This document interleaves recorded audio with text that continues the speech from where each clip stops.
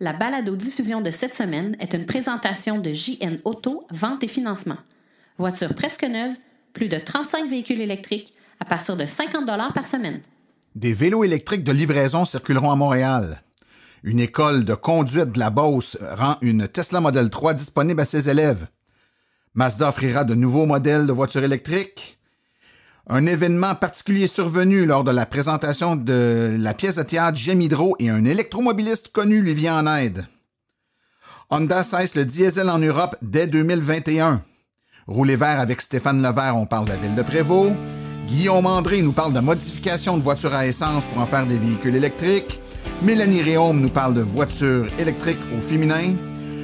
Tout ça et bien plus encore dans ce 64e épisode de Silence on roule.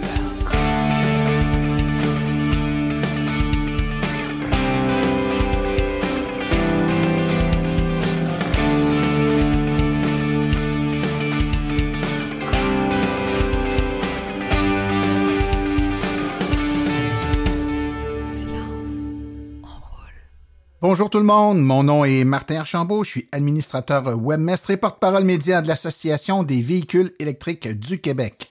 C'est avec passion et plaisir que j'anime cette balado-diffusion qui est 100% dédiée aux voitures électriques. J'espère que vous allez bien, que vous avez passé un bon 2 semaines et puis que vous êtes heureux de nous retrouver pour notre émission bimensuelle. Hein. Les podcasts Silence on roule sont diffusés tous les 2 semaines. En fait, l'épisode sort pour les abonnés le vendredi, heure du souper, à toutes les 2 semaines. Si vous n'êtes pas abonné, eh bien, ça sera une bonne idée que vous le deveniez. Pourquoi c'est important? Parce que quand vous êtes abonné, en fait, il y a 2 choses qui se passent. La première, c'est que vous n'êtes pas obligé d'aller sur notre site web ou sur un site en particulier pour venir écouter l'épisode. Dès que l'épisode sera disponible, il sera automatiquement téléchargé vers votre téléphone ou votre tablette. Donc, ça se fait de façon automatique. Vous n'avez aucune action à faire. L'épisode est poussé directement dans votre appareil. L'autre chose, c'est que nos abonnés reçoivent les épisodes avant les autres. Donc, vous allez avoir la joie, j'espère, de nous écouter en primeur, donc avant que l'épisode soit rendu disponible via le site web. Et finalement, très bientôt, et ça va commencer là, dans les prochains jours, prochaines semaines, il va y avoir à l'occasion du contenu inédit qui sera disponible uniquement qu'à nos abonnés. C'est-à-dire, par exemple, je donne un exemple de ce que pourrait être ce contenu-là. Il pourrait y avoir un événement dans lequel on interviewe quelqu'un et puis pour plein de raisons de trop de matériel, on décide de ne pas diffuser l'entrevue dans la balado-diffusion. Je pourrais rendre quand même l'entrevue disponible sous format là, d'entrevue hors série qui va être diffusée, poussée directement à nos abonnés. Et ces entrevues-là ne seront pas disponibles via le site web, donc les gens qui ne sont pas abonnés ne le recevront pas. Il va aussi arriver qu'on va faire des entrevues, et puis souvent dans des longues entrevues ou des événements, là, on peut parler avec quelqu'un pendant 5-10 minutes, et puis on peut, dans le cas du balado, ramasser ça en 1 minute pour faire une espèce de synthèse de la discussion ou faire ressortir certains points plus que d'autres. Mais l'intégrale de l'entrevue pourrait aussi être rendue disponible sous forme de publication hors série que nos abonnés pourront recevoir. Donc, je vous encourage à le faire. Vous pouvez vous abonner avec tous les téléphones. Et puis, la procédure est sur notre site web. Hein. Donc, vous allez sur www.aveq.ca/silence. Là, vous avez un bouton pour s'abonner et ça vous dit quoi faire. Ça coûte rien, c'est gratuit et ça va vous permettre que vous soyez sur un appareil Apple ou un appareil qui fonctionne sous Android, de vous abonner à l'aide d'un logiciel de balado-diffusion, ce qu'on appelle un podcatcher. Là. C'est un petit outil qui va, dans le fond, aller chercher directement le contenu dès qu'il sera disponible et puis vous le rendre là, sur votre appareil très rapidement. Donc, on vous encourage à le faire. Puis, si vous ne l'avez jamais fait, d'aller sur iTunes, faire une recherche sur Silence on roule, trouver notre podcast là, et puis nous donner une petite cote, hein, parce que vous pouvez mettre là, de 1 à 5 étoiles et puis mettre des commentaires. Et plus la note moyenne est haute, plus il y a de gens qui vont coter, plus le podcast remonte dans les palmarès et plus de gens peuvent nous entendre. Et ça aide à faire connaître un peu mieux l'électromobilité à la grandeur du Québec. Donc, je vous en remercie pour ceux qui l'ont fait. Dans quelques instants, on a un épisode, je pense, super bien rempli. Vous devriez y trouver votre compte. On a une entrevue avec Guillaume André. Écoutez, on a eu beaucoup de demandes pour ça, là, donc une entreprise qui a développé une expertise dans la modification de voitures électriques ou encore dans l'adaptation de voitures à essence la transformation de véhicule à essence vers un véhicule électrique. Donc, ça va être intéressant de voir comment il fonctionne, ce que ça peut coûter, pourquoi on le fait, dans quel contexte. Donc, les patenteux, les gens qui aiment les voitures modifiées, je pense que vous allez avoir là une entrevue qui saura, je pense, vous satisfaire. Dans un autre ordre d'idée, et juste avant d'aller aux actualités, simplement vous rappeler qu'en cette période d'élection fédérale et fidèle à son habitude, l'Association des véhicules électriques du Québec va envoyer aux différents partis majeurs présents à cette élection un petit questionnaire avec des questions très précises en lien avec l'électrification des transports et l'électromobilité afin de mesurer le positionnement de chacun des partis sur le sujet.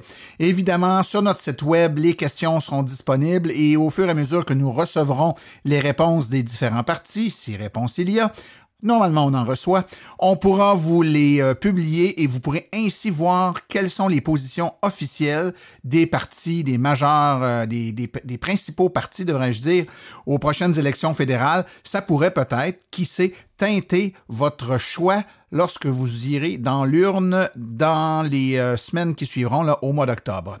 Alors, sans plus tarder, on y va tout de suite avec les actualités dans le monde de l'électromobilité.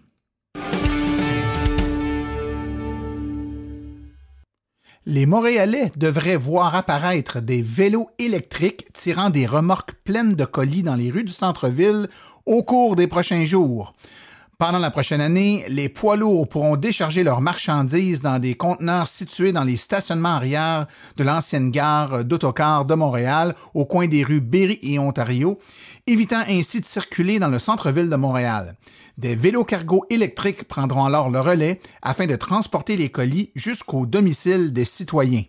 Les entreprises de livraison de courrier, Courant Plus, La Roue Libre, LVM Livraison et Purolator se sont toutes portées volontaires pour participer à ce projet pilote.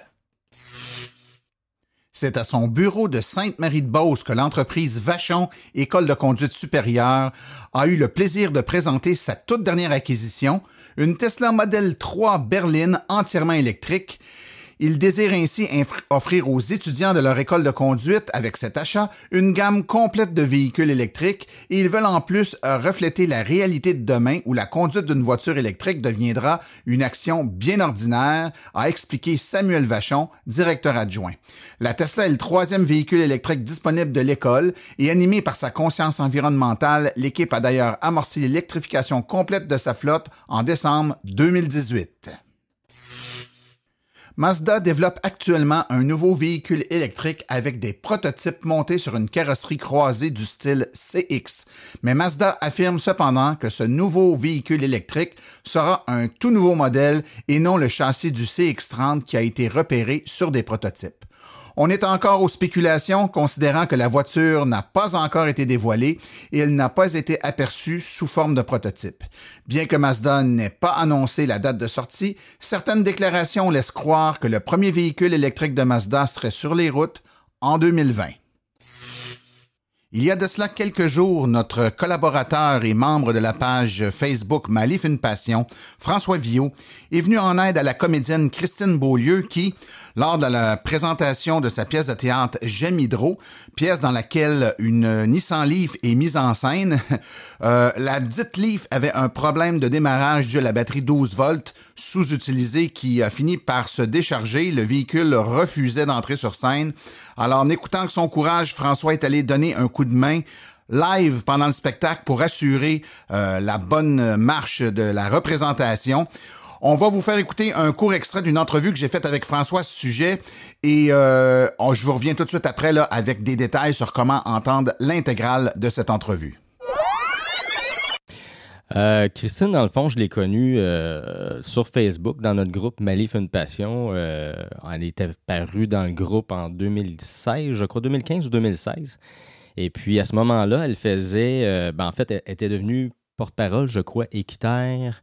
Puis elle faisait une campagne de publicité avec Équiterre, les rendez-vous branchés, tout ça, avec la voiture électrique. Je la connaissais pas comme telle, Christine. Moi, j'écoute pas beaucoup la télé et puis je savais pas vraiment c'était qui, qu'est-ce qu'elle faisait dans la vie, tout ça. Je savais qu'elle était comédienne, évidemment, mais je savais pas sur quoi qu'elle travaillait à ce moment-là.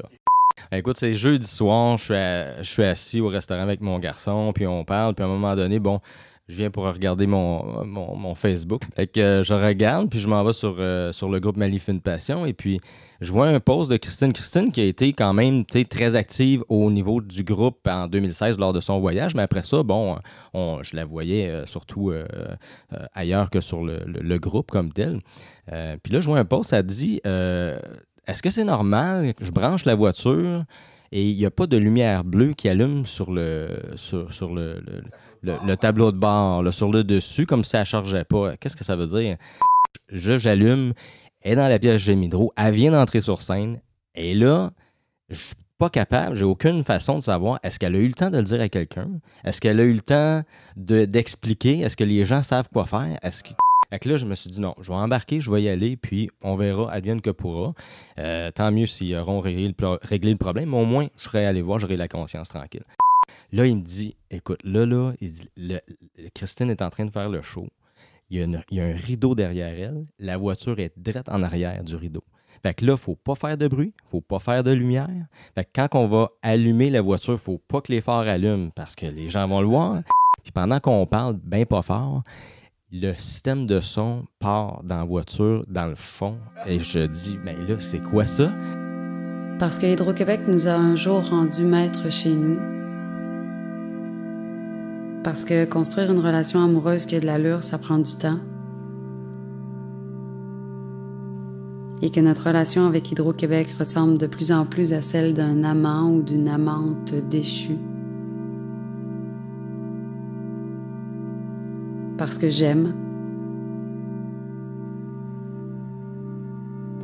Et parce qu'une fois que j'aime, je ne peux plus être indifférente. Bienvenue à J'aime Hydro.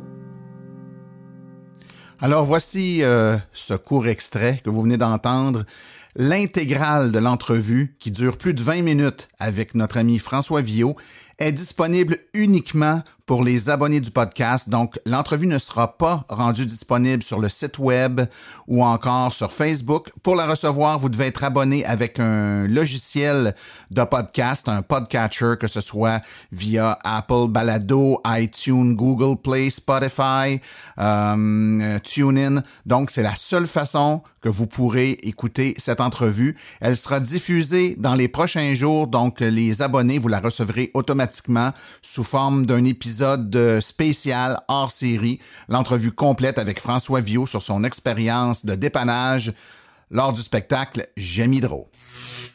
Après le resserrement des exigences en matière d'émissions et une demande globale réduite, Honda Motors se retirerait du secteur des véhicules diesel en Europe d'ici 2021. Le constructeur japonais cherche maintenant à se concentrer davantage sur les systèmes de propulsion entièrement électriques qui seraient utilisés dans toutes les voitures européennes d'ici 2025, a rapporté Reuters. Le marché de l'automobile de l'Union européenne exige que toutes les voitures soient conformes aux exigences plus strictes en matière d'émissions d'ici 2021.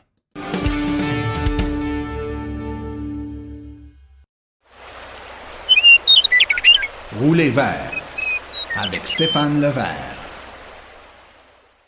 Bonjour, ici Stéphane Levert et bienvenue à ma 8e chronique Roulez vert. J'ai décidé de vous parler aujourd'hui de la ville où j'habite, la ville de Prévost. Prévost, c'est dans les Laurentides, entre Saint-Jérôme et Saint-Sauveur. Et juste pour vous donner une idée de grandeur, là, on est 13 500 habitants, donc c'est pas vraiment très grand là, comme ville, là. Donc les raisons pourquoi j'ai décidé de vous parler de la ville de Prévost, c'est que il y a vraiment 3 volets de la ville que je vais vous énumérer qui font que je trouve que c'est vraiment un exemple à suivre là, qui devrait être suivi en fait par les municipalités et les villes environnantes là, et même partout au Québec là, qui ferait que ça pourrait inciter les gens et les pousser encore plus là, à aller vers le mode de transport des véhicules électriques. Donc le premier volet que je voulais vous parler, c'est celui de la flotte municipale. Donc les véhicules qui sont utilisés par les employés de la ville. Donc il y a actuellement 3 véhicules électriques qui sont utilisés par la ville. Une Ford Focus électrique et 2 Volkswagen e-Golf. Donc, c'est vraiment des véhicules qui sont utilisés par soit des inspecteurs ou d'autres employés de la ville qui doivent se déplacer sur le territoire. Je trouve vraiment que c'est un choix qui a été super bon pour l'autonomie donc que ces véhicules-là offrent par rapport aux déplacements que les employés ont à faire pendant la journée. Je trouve que c'est parfait là, pour ce type d'utilisation-là. Et en plus de ça, le maire a une Chevrolet Volt, son véhicule personnel est un véhicule aussi électrique. Donc ça, encore là, c'est super bon. Deuxième volet que je voulais vous parler, c'est celui des bornes gratuites qui sont disponibles sur le territoire. Il y a une première borne qui a été installée en 2017 à la bibliothèque municipale, qui est gratuite. Et il y a même 2 autres bornes là, qui ont été installées dans la dernière année, qui est à la gare de Prévost. Là. Pour ceux là, qui ne connaissent pas l'emplacement, c'est vraiment un bel emplacement là, qu'on peut aller, là, soit de toute saison, en fait, là, parce que il y a un sentier pédestre, là, pour ceux qui aiment marcher dans le bois, là, il y a un sentier pédestre qui est adjacent à ça. L'été, il y a aussi évidemment la piste cyclable, là, le petit train du Nord. Là. Donc les amateurs de vélo là, peuvent venir ici puis se brancher là, pendant qu'ils peuvent aller faire du vélo. Et la piste cyclable est même utilisée l'hiver là, pour les amateurs de ski de fond. Donc encore là, 4 saisons par année, là, ces bornes-là pourraient être utilisées là, par autant les résidents que les personnes de l'extérieur qui voudraient venir visiter la ville. Ça a été installé en fait pour ça. Et troisième volet là, que je voulais vous partager, c'est vraiment au niveau de l'incitatif là, qui a été installé là, par la ville, mis en place pour inciter là, ou encourager l'installation de bornes électriques à la maison. Donc, tout le monde sait là, qu'il y a un incitatif qui est à notre disposition au niveau provincial. Donc, au niveau de la borne qui a été installée chez vous, vous connaissez tous ce programme-là. Donc, la ville de Prévost nous offre 100 $ supplémentaires en plus de celui du provincial, là, du gouvernement. Donc, ce que ça fait, là, évidemment, là, c'est vous avez le 350 $ qui est remboursé par le gouvernement du Québec et Prévost rajoute un 100 $ supplémentaire. Donc, encore là, ça nous permet d'amortir là, le coût d'installation qui pourrait décourager certains là, qui pourraient dire être réticents là, à faire ce move-là. Et deuxième volet deuxième partie de cet incitatif-là, ce qui est vraiment original, c'est que Prévost a même mis un 100 $ supplémentaire de plus si les résidents mettent leurs bornes disponibles en partage. Donc, les plateformes de partage Blockshare ou ChargeHub, si jamais le résident met sa borne disponible sur cette plateforme-là, il y a un deuxième 100 $ qui vient se rajouter par-dessus ça. En fait, là, la condition, c'est que la borne reste disponible au moins 1 an à partir du moment que vous la partagez. 1 an plus tard, ce deuxième 100 $ vous est versé. Donc, c'est vraiment original. Puis j'espère que ça va inspirer d'autres villes à suivre ce mouvement-là. Là. Je trouve ça super original. Donc, sur ce, j'espère que ma chronique vous a plu. Et d'ici ma prochaine chronique, je vous souhaite bonne route!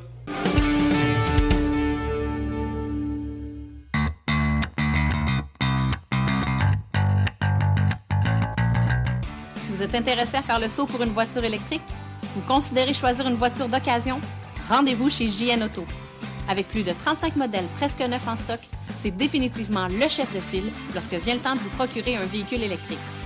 En plus des prix déjà très compétitifs, JN Auto offre un rabais exclusif aux membres hors de l'Association des véhicules électriques du Québec.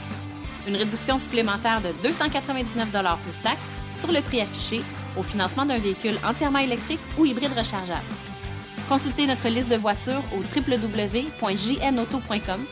Téléphonez-nous au 1-888-821-3084 ou rendez-vous directement en succursale au 317 route 116 à Richmond, en Estrie. JN Auto, choix, qualité et service après-vente irréprochable depuis 35 ans.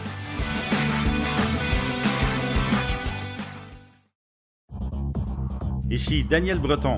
Vous écoutez Silence on roule avec Martin Archambault.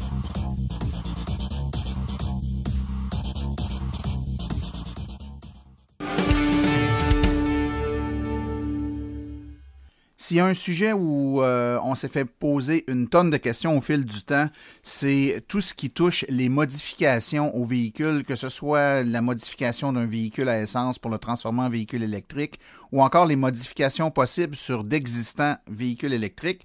Alors, qui mieux pour nous en parler aujourd'hui que Guillaume André, qui est copropriétaire de véhicules électriques Simon André à Trois-Rivières. Bonjour Guillaume. Salut Martin.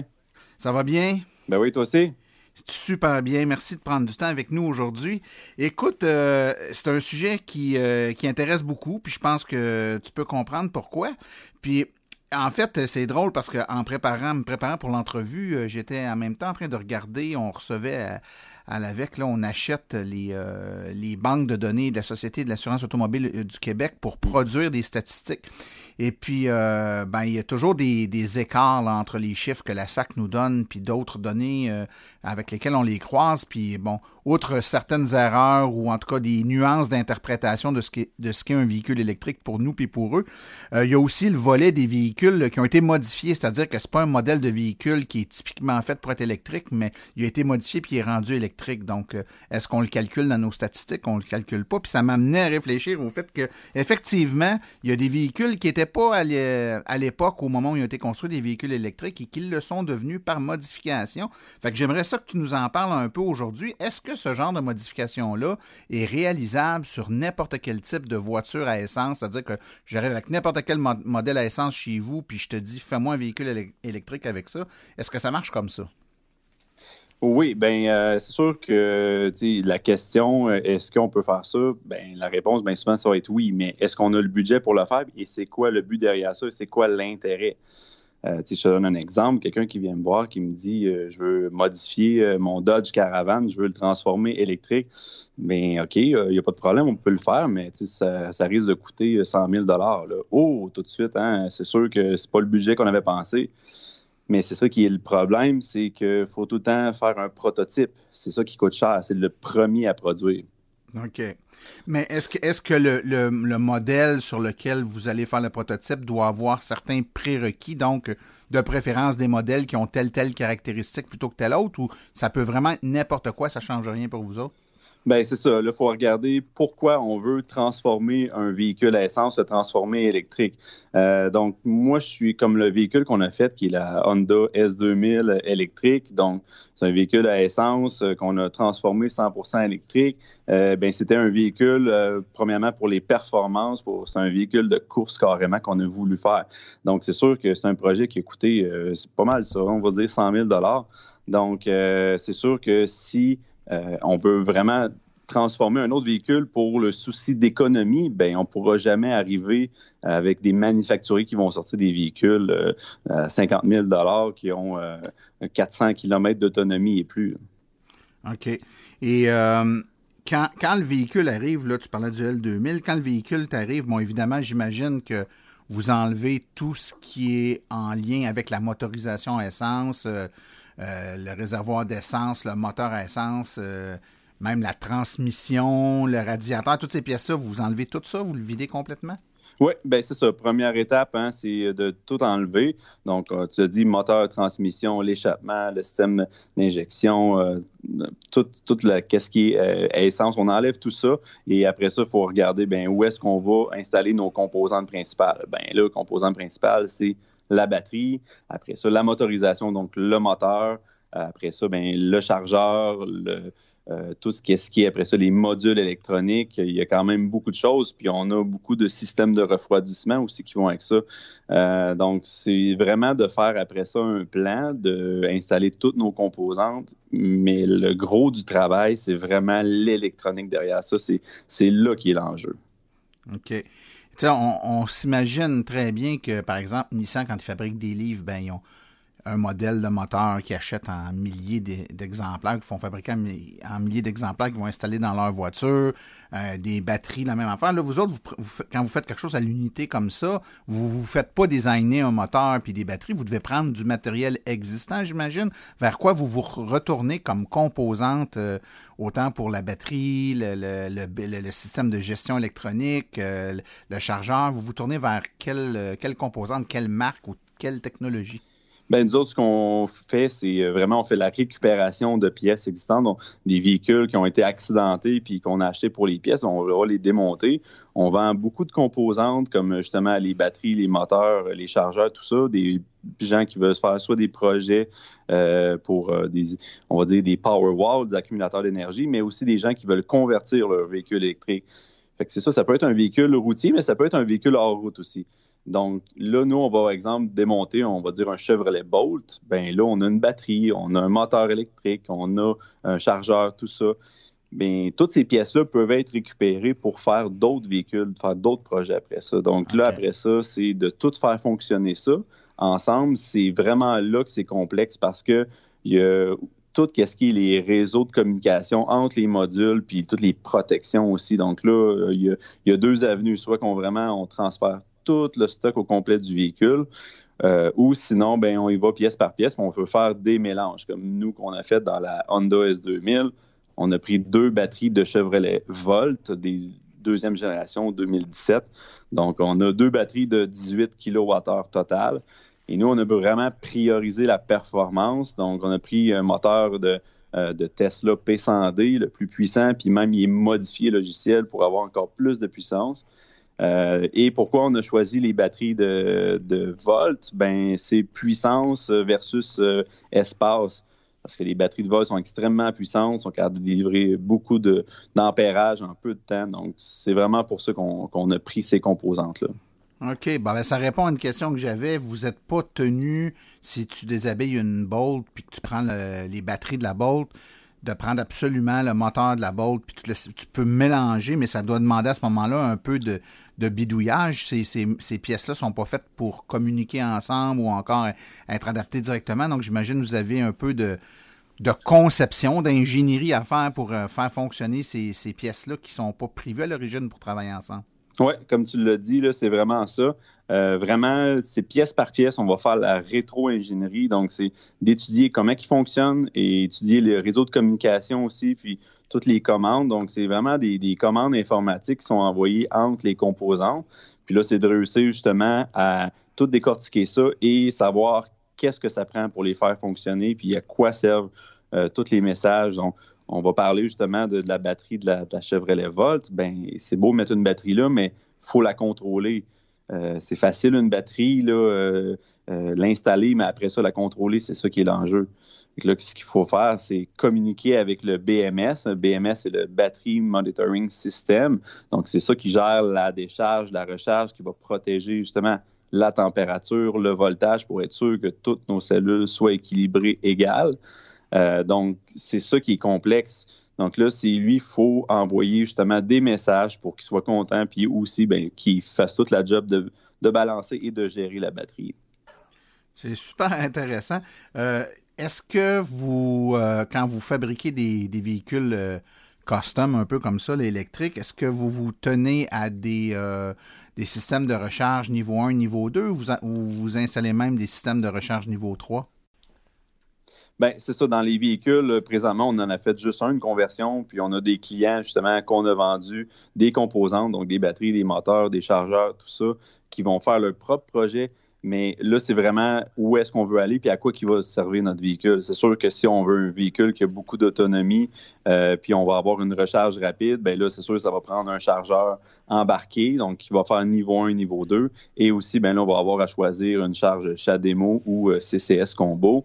Mais oui, ça s'installe. C'est sûr qu'on vient d'augmenter la complexité de toute l'installation, mais oui, c'est faisable. OK. Et une question que je me demande comme ça, tu parlais tantôt de la Honda S2000. Est-ce qu'une fois que vous avez fini la job, ce véhicule-là, il est immatriculé, il est mis sur la route? Est-ce qu'il y a une plaque verte qui est mise dessus? Bien, ce véhicule-là, c'est sûr, à la base, il était déjà immatriculé. Là, la conversion qu'on a faite, c'est sûr que il faudrait repasser une inspection avec un ingénieur de la SAC pour le mettre légal sur la route. Donc là, c'est un véhicule qui sert à justement faire de la course ou des événements, tout ça.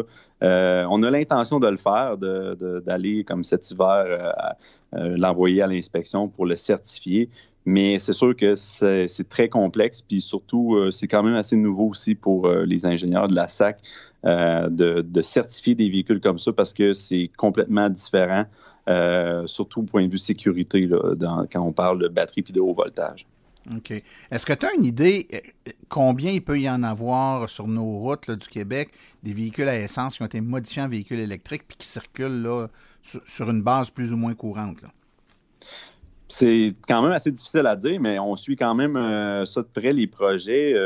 Moi, je pense que des personnes qui ont fait ça pour des projets spéciaux, qui ont fait ça eux-mêmes, je pense que c'est peut-être, il n'y en a vraiment pas beaucoup, peut-être une vingtaine. C'est sûr qu'il y a aussi d'autres compagnies comme Nordresa, aussi EcoTune, que eux, ben, ils en ont fait justement une business. Donc, eux, c'est vraiment, c'est un service qu'ils offrent, puis ils ont des certifications pour le faire.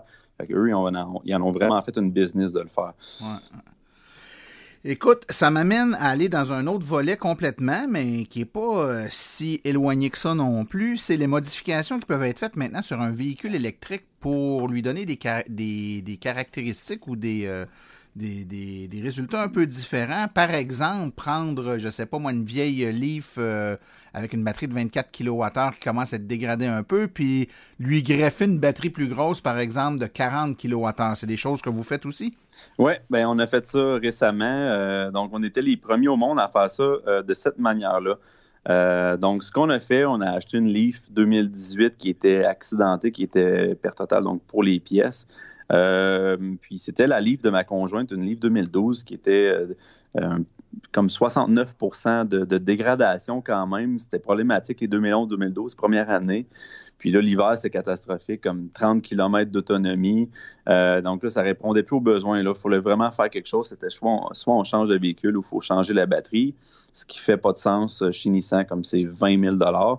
Donc là, on s'est tourné vraiment vers une batterie. On s'est dit, bon, on va prendre une batterie 40 kWh parce que physiquement, la batterie, c'est la même boîtier, on va dire.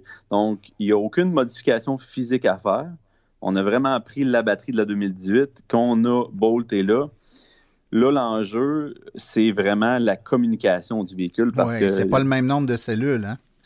Non, c'est le même nombre de cellules. Ça, c'est pareil, sauf que, bon, c'est pas la même chimie, c'est pas les mêmes données, c'est pas le même, on va dire, le voltage non plus quand la batterie est complètement déchargée, complètement chargée. Donc, c'est quand même assez différent. Donc, nous, ce qu'on a fait, on n'a pas ouvert la batterie du tout, on a juste mis ça là et on a aussi tout fait la rétro-ingénierie de l'ordinateur dans la batterie, donc le BMS. Et lui, ben, en faisant la rétro-ingénierie, ben, on a pu justement installer un module électronique entre le véhicule et la nouvelle batterie qui va tout convertir les messages, c'est quand même différent. Il y avait des enjeux, mais c'est quand même assez facile, ça peut se ressembler.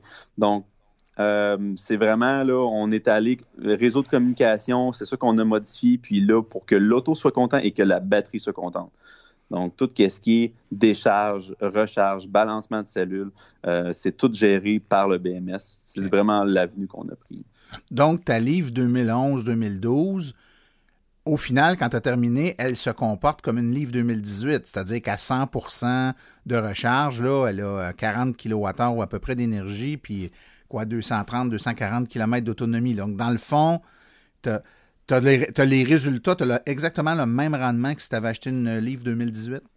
Presque. La seule différence, c'est que bon, l'aérodynamisme du véhicule, le poids et l'efficacité, l'efficience du moteur n'est pas le même. Donc, on a un petit peu moins d'efficacité qu'une 2018, mais ça se rapproche drôlement, pareil. Okay. Mais oui, on a exactement le même comportement. Donc, sur la route, on va avoir justement environ la même autonomie, mais surtout en recharge niveau 3. C'est ça qui est vraiment intéressant. Ça va charger beaucoup plus rapidement aussi. OK.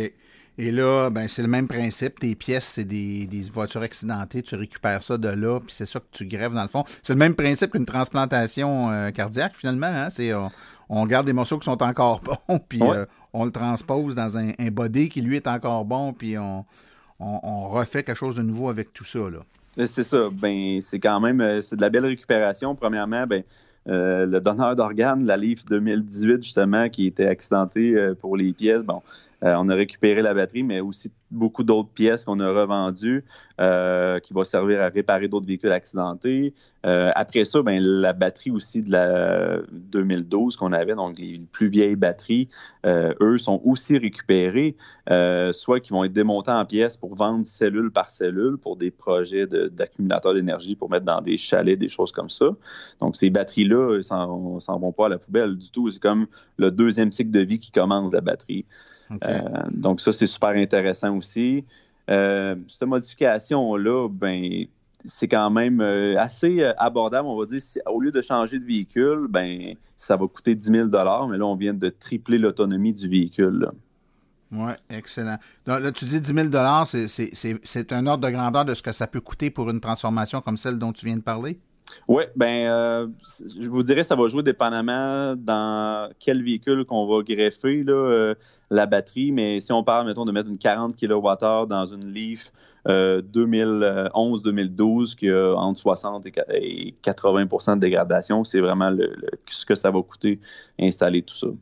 OK. Puis, quand on a assuré notre voiture, ben on paye un certain prix d'assurance sur le principe qu'on a une voiture 2012. À partir du moment où on fait ces modifications-là, est-ce qu'il y a des changements qui doivent être apportés à notre police d'assurance? Comment ça fonctionne du point de vue? On a comme une voiture qui dans les faits, n'existe pas, là. Oui, mais dans le fond, vu qu'il n'y a aucune modification, sauf la seule modification qu'il y a, c'est un ordinateur qu'on a ajouté.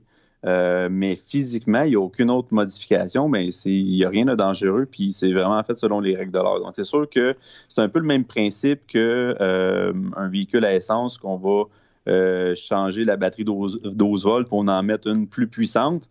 Mais c'est sûr que, bon, c'est quand même une batterie 400 volts, c'est plus gros tout ça, mais c'est un peu le même principe. C'est qu'on va enlever la batterie qui est moins puissante pour en mettre une plus puissante. OK.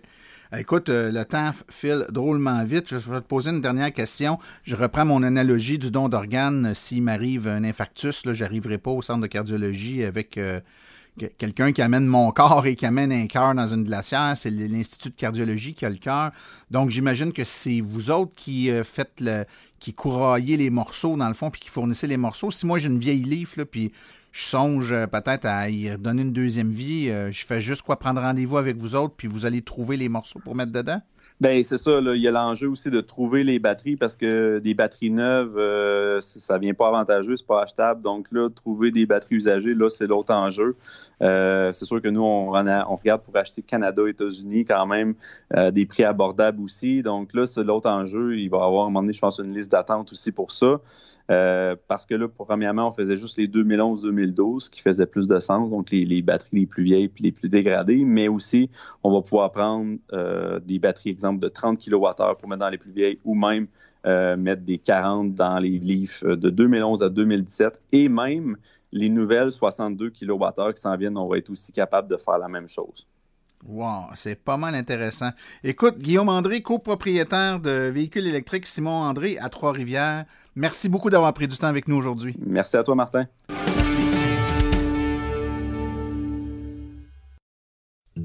Vous écoutez le véhicule électrique au féminin, une chronique mensuelle que je vous offre parce que le VE, c'est aussi pour nous les femmes. Je suis Mélanie Réaume, 18 ans d'expérience dans le domaine de l'automobile et vulgarisatrice. Ensemble, on découvre le véhicule électrique de l'achat à l'entretien où on parle de ses avantages. Parce que nous aussi, mesdames, on veut savoir ce qui se passe. Les chars, on aime ça et c'est maintenant qu'on s'en parle.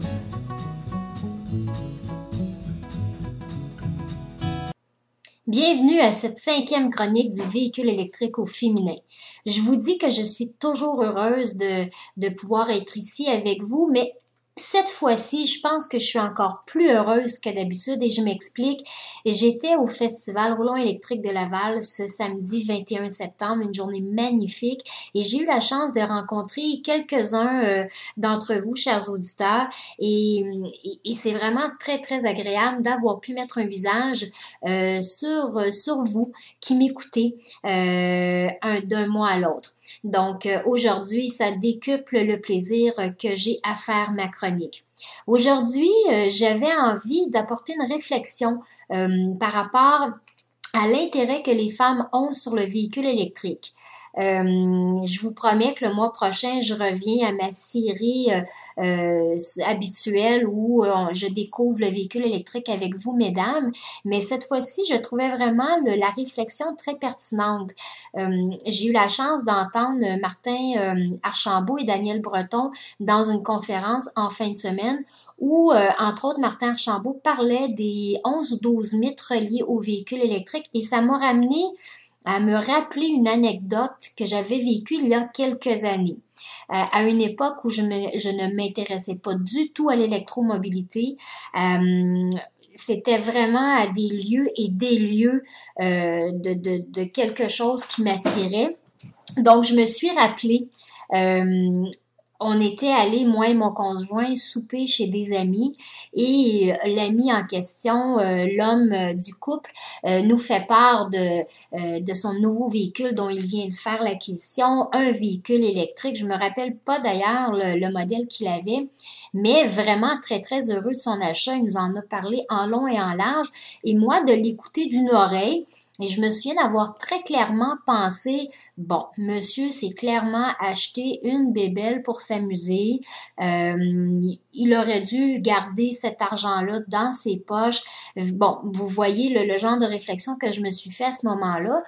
Et puis, en réécoutant en fait une partie de la conférence et du propos de Martin Archambault, là, je me suis demandé si moi, à ce moment-là, j'ai pensé ça, et pourtant, j'étais dans l'automobile. Donc, si moi, j'ai pensé ça, est-ce que, je me demande, est-ce que vous aussi, mesdames qui m'écoutez, est-ce que c'est ce que vous pensez vraiment du véhicule électrique? Je me pose cette question-là parce que j'ai parlé avec plusieurs personnes sur place, autant des organisateurs que des visiteurs durant le festival. Et je me surprenais à réaliser combien il y avait peu de femmes qui s'intéressaient à l'électromobilité.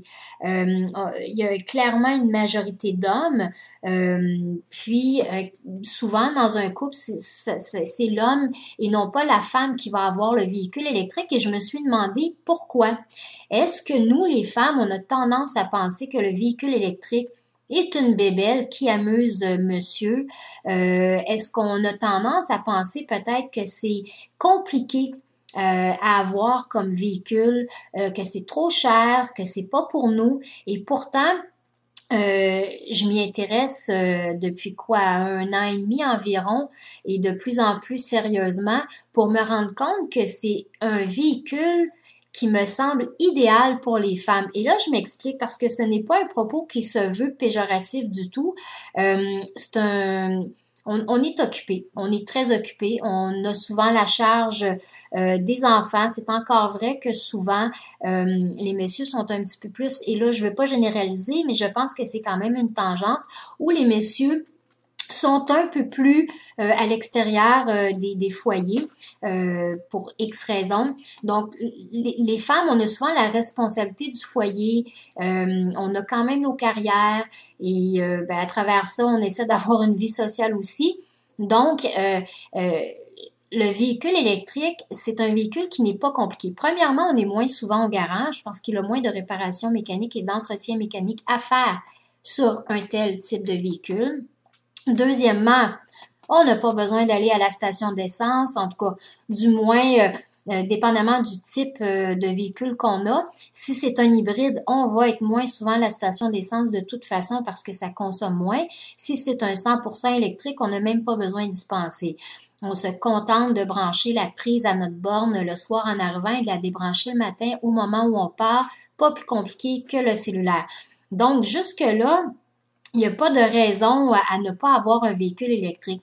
Je dois même vous avouer qu'à une certaine époque, je pensais que d'acheter un véhicule électrique était tout simplement de se mettre les 2 pieds dans les plats. Et oui, je me disais, ça va nous exploser d'en face. Bon, vous voyez, genre, ce qui n'est pas le cas.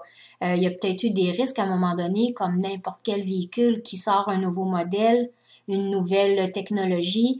C'est bien sûr qu'il y a des ratés, mais habituellement, quand c'est mis sur le marché, c'est quand même qu'il y a une certaine sécurité. Donc, c'est mon propos d'aujourd'hui. Je suis curieuse, mesdames qui m'écoutez. Je me dis que si vous êtes là, chères auditrices, c'est que vous avez un réel intérêt ou que vous squattez l'écoute du podcast de votre mari qui écoute ça à côté de vous. Mais vraiment, je me dis que si vous êtes là, c'est que vous avez un réel intérêt, mais je serais curieuse de connaître vos objections à posséder un véhicule électrique ou qu'est-ce qui vous fait hésiter ou au contraire, qu'est-ce qui vous a fait dire « Ah oui, nous, c'est le véhicule quasi parfait pour moi. » Messieurs, j'ai envie de vous mettre au défi d'aller avec une de vos dames, de vos sœurs, de votre mère, d'une amie. Je vous mets au défi d'emmener une de ces femmes-là avec vous lors d'un essai routier de l'AVEC. Pas pour la convaincre, mais pour lui faire essayer le véhicule électrique, son confort de roulement et tout. Mesdames, j'ai envie de vous dire pour terminer, combien de fois on a dit à nos enfants de goûter avant de dire qu'on n'aimait pas ça. Donc, j'ai envie de vous dire, essayez avant de dire que vous n'aimez pas ça ou que ce n'est pas pour vous. Les brocolis, c'est bon pour la santé. Ça peut être bien bon quand c'est gratiné aussi. Donc, sur ce, je vous souhaite une bonne fin d'émission et je vous dis à la prochaine dans un mois avec le véhicule au féminin.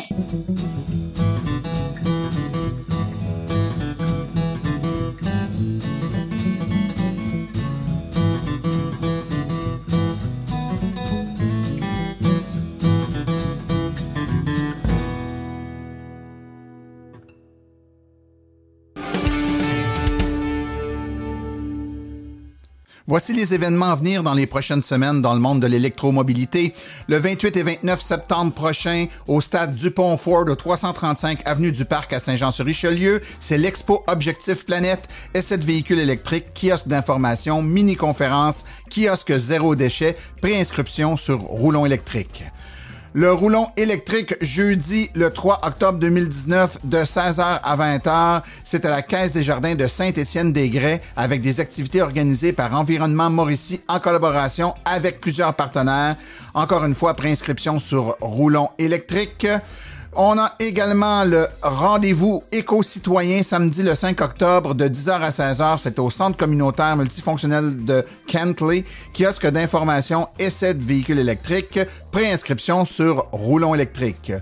Le marché du terroir de Mirabel, c'est dimanche le 6 octobre de 10h à 15h au Centre multiculturel du Domaine Vers-Nord, au 17 530 rue Jacques-Cartier à Mirabel, essai de voitures électriques.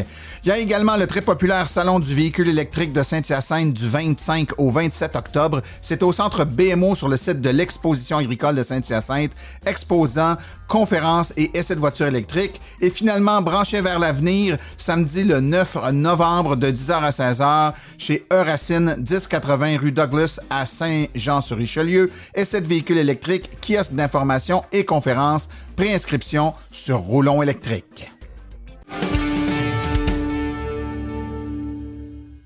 Ceci conclut la présente balado-diffusion. J'aimerais remercier aujourd'hui particulièrement nos collaborateurs, c'est-à-dire François Villot, Stéphane Levert, Mélanie Réaume ainsi que Guillaume André.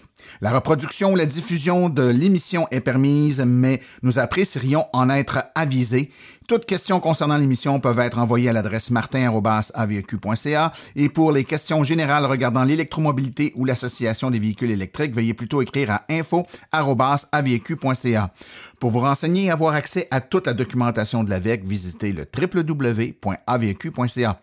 Je vous rappelle que sur notre site web, ainsi que dans l'information du balado, vous aurez, pour vous faciliter la tâche, accès aux archives de nos balados ainsi qu'à des hyperliens vers les sites web mentionnés aujourd'hui.